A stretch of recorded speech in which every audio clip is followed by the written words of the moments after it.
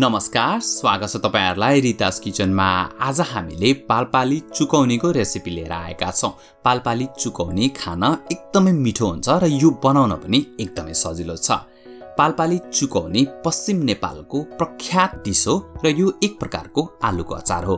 यदि तपाईहरुले कहिले पनि चुकौनी खानु भएको छैन भने म आज तपाईहरुलाई सजिलो तरिकाले बनाउन सिकाउने छु। आउनु सुरु गरौं यसलाई चाहिने सामग्रीहरुबाट।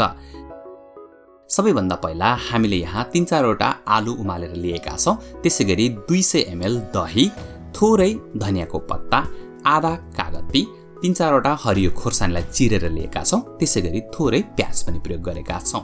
त्यसैगरी हामीले यहाँ थोरै मसलाहरु पनि प्रयोग गरेका छौं। 1 सानो चम्चा नुन, आधा सानो चम्चा मेथी, आधा सानो चम्चा खोर्सानीको धुलो, आधा सानो चम्चा बेसार, आधा सानो चम्चा टिमुरको धुलो र 2 ठूलो चम्चा तिलको धुलो पनि प्रयोग गरेका छौं।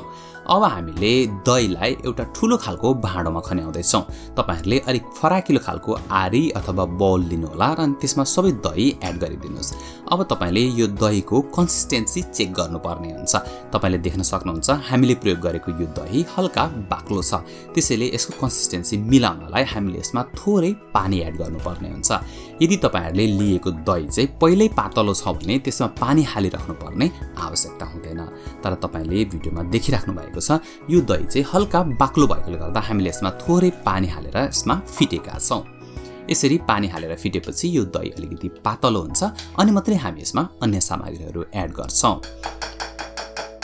अब हामीले यो दहीमा थोरै आलु एड गरेका छौं। लगभग 3-4 वटा आलुलाई मसिनो गरी काटेर एड गर्नु होला। त्यसैगरी यहाँनिर एउटा प्याजलाई पनि लाम्चो काटेर एड गर्नु होला। 3-4 वटा हरियो खोर्सानीलाई पनि लाम्चो गरेर काटेर एड गरेका छौं। त्यसैगरी 1 सानो चम्चा नुनलाई पनि हामीले यसमा राखिदिएका छौं। नुन आफ्नो स्वाद अनुसार एडजस्ट गर्नु होला।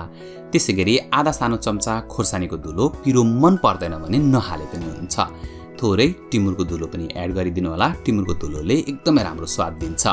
त्यसैगरी हामीले भुटेको तिललाई पिसेर तयार पारेको यो पाउडर लगभग 2 ठूलो चम्चा जति प्रयोग गरेका छौं।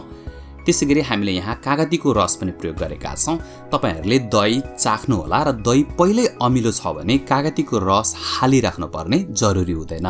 तर दही अमिलो छैन भने चाहिँ थोरै कागतीको रस एड गरिदिनु होला। अब हामी एक पटक यी सबै सामग्रीलाई मिक्स गर्छौं अनि त्यसपछि मात्रै हामी यसमा अन्य केही सामग्रीहरू पनि एड गर्ने छौं। तपाईहरुले भिडियोमा देख्न सक्नुहुन्छ यो चुकौनी अहिले नै कस्तो राम्रो देखिन थालेको छ। र यदि तपाईहरुले पूर्वतिर खाइने आलुको अचार कसरी बनाउने भनेर सोचिराख्नु भएको छ भने माथि स्क्रिनमा लिंक आइरहेको छ, त्यहाँ क्लिक गरेर तपाईहरुले आलुको अचारको भिडियो पनि हेर्न सक्नुहुन्छ।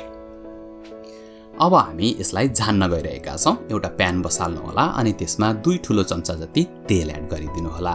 तेल तातिसकेपछि यसमा थोरै मेथी एड गरेर हामीले मेथी फुराउनु पर्ने हुन्छ र मेथी लगभग कालो हुन्जेलसम्म तपाईले पकाउनु पर्ने हुन्छ।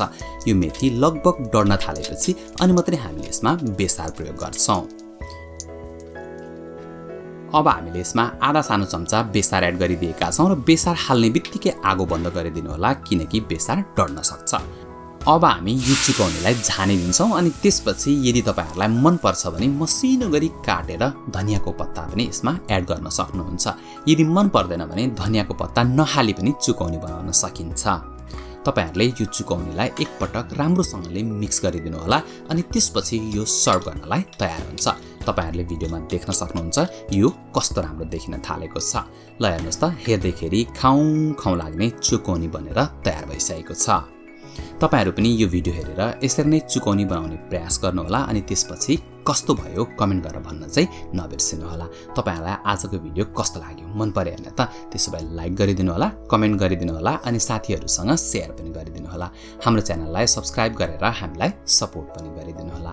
हाम्रो च्यानलमा थुप्रै नयाँ भिडियोहरु छन्। तपाईहरुले यहाँ दिएको लिंकमा क्लिक गरेर हाम्रो च्यानलको भिडियोहरु हेर्न सक्नुहुन्छ। त्यसैगरी यही दिएको लिंकमा क्लिक गरेर हाम्रो च्यानललाई सब्स्क्राइब पनि गर्न सक्नुहुन्छ। भिडियो हेरेर साथ दिनु भएकोमा तपाईहरु सबैजनालाई धेरै धेरै धन्यवाद।